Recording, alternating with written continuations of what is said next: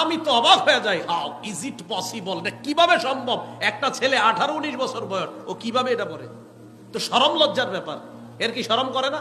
হুজুর কোনো ব্যাপার না, ইটস আ রিডিকিউলাস ম্যাটার, এটা একটা হাস্যকর ব্যাপার হুজুর।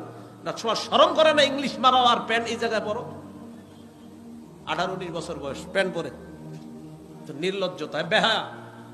ভাইও মনে রাখবেন, আপনার বয়স বালেগ হওয়ার পরে আপনি প্যান্ট পরা এটা হারাম, এটা জায়েজ নেই। আপনি কিভাবে হাঁটু দেখান?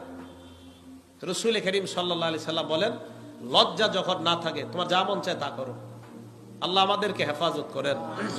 যেই ঘরের নারী পুরুষের যত বেশি লজ্জা, ওই ঘরে আল্লাহ তত বেশি রহমত বরকত নাজিল করেন। বুখারী শরীফ হাদিস নাম্বার 6117 নাম্বার হাদিস। ক্বালা রাসূলুল্লাহ সাল্লাল্লাহু আলাইহি ওয়াসাল্লাম, আল্লাহ নবী বলেন, আল হায়াউ লা ইয়াতি ইল্লা বিখাইর।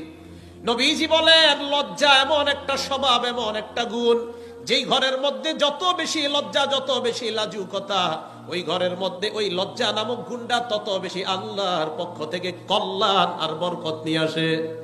লজ্জা যত বেশি, ওই ঘরে রহমত বরকত তত বেশি হবে। ছেলে লাজুক, মেয়ে লাজুক, বাবা লাজুক, বউ লাজুক, সবাই লজ্জাশীল ঘরের মধ্যে লজ্জার কারণে গুনাহ করে না, ওই ঘরে আল্লাহ তত বেশি রহমত বরকত নাজিল করেন।